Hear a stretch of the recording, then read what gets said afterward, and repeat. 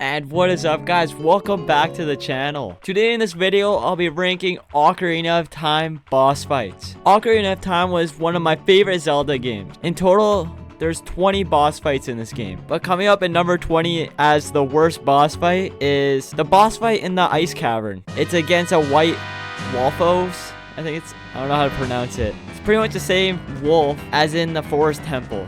And you fight two of them there. Like, there's nothing special about this one, and that's why it's in number 20. Coming up at number 19 is Dead Hand. Yes, this fits the theme of the Dark Temple very well, but it's not challenging at all. Like, I get it, it's not that challenging because it's one of the mini bosses, but all you really do is have to spam your sword. There's really no tactic to it. Coming up at number 18 is, I don't know how to pronounce this right, but I made this video for 5 months ago, and I'm gonna have a lot of trouble pronouncing all these names. Lizolfo. This mini boss has two of them, and honestly, I actually really enjoy doing this boss fight. Like, it's very easy and not challenging at all, but I prefer fighting it instead of, say, Dead Hand. Coming up in number 17 is Stalfos. It's like the skeleton things in like the forest temple. Honestly, I think these things are actually pretty challenging. Like, when you're in the forest temple, you don't have too many hearts, and these things actually pack a punch.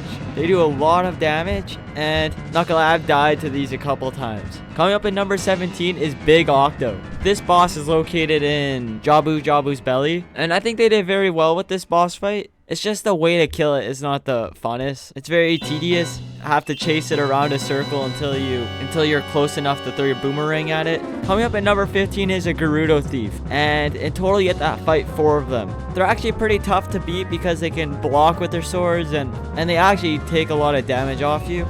But they also have this one attack where they do like the spinny attack thing, and if you get hit by that, you get thrown in jail. Coming up at number 14 is the boss fight in the Deco Tree. It's not very challenging, but I get it because it's the first boss fight in the game, and that's why it's at number 14. Coming up at number 13 is Baronade in Jabu's belly. Holy crap, I can't speak. This boss fight's kind of weird. You just use your boomerang and it's kind of easy. It's just this fight's not very interesting, and I prefer the other ones on the list. Coming up at number 2 is Flare Dancer in the Fire Temple. Honestly, for a mini boss fight, it's actually pretty good. It fits the Fire Temple aesthetic. Coming up at number 11 is my favorite boss fight of the 3 dungeons that you fight as youngling, and it's King Dodongo. You fight like little mini Dodongos in the temple, or in Dodongo's cavern, before you fight King Dodongo. It's pretty much just a giant Dodongo. But this boss fight's very easy if you have the Hylian shield. Coming up at number 10 is, I don't know how to say it, I guess like the spirits in the forest temple, and you fight 3 of them, and then the 4th one's a bit different. But honestly, I think it fits the forest temple very good. Coming up at number 9 is the Iron Knuckle. This is the second best mini boss fight on the list, and this one does a ton of damage. You don't want to get hit by this one, and just a couple hits you're dead. It's in the Spirit Temple. I think you have to fight it twice, once as young Link and one as adult Link.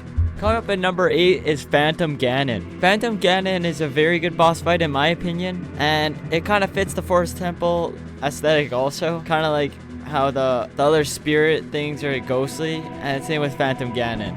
Coming up at number 7 is Dark Link. This is the highest mini boss fight on the list. I had a lot of trouble with this one because I didn't know the pattern of Dark Link, and this boss fight's very iconic. It's even in Smash Bros. Coming up at number 6 is Morpha. This is the final boss fight in the Water Temple, and obviously it fits the Water Temple because it's pretty much water. With this one, I'm pretty sure you have to hookshot that little ball thing out of the water, and that's how you kind of kill it. Coming up at number 5 is Bongo Bongo from the Dark Temple. I kind of think it's funny that they chose that name for the Dark Temple, how it's so dark. In this boss fight, you have to use the Lens of Truth. I think that's what it's called, to kind of see where to attack, and that's why it's at 5. Coming up at number 4 is Ganondorf. To be honest, this fight is kind of a letdown. I think it should have been more challenging, and it's pretty much the same thing as Phantom Ganon. Honestly, I think they could have done it a little bit different, and that's why it's at number 4. But coming up at number 3 is Twin Rova. With this one, you have to use like the mirror shield, but there's 2 stages with this boss fight. So once you finish the first one, they combine. But coming up at number 2, I don't know how to say this right, but Volvalgia? I don't know if I said that right. but it's the dragon from the fire temple. It's honestly one of the coolest boss fights in the game, and that's why it's at number 2. But pretty much you're going to use your hammer, and it's kind of like whack-a-mole. One of the most memorable boss fights in this game, and definitely my favorite from the temples. But coming up in number 1 is Ganon. There's no disappointment with this one. You just killed Ganondorf, and you have to bring Zelda down from the castle because it's getting destroyed. And then once you get down and the castle's destroyed, you fight Ganon. And in this boss fight, Ganon hits your sword out of your hand, so you're not able to use it for half the fight. The music is so good in this boss fight too. Just not a disappointment at all. Comment your top 5 boss fights down below in Ocarina of Time. And please subscribe and have a great day.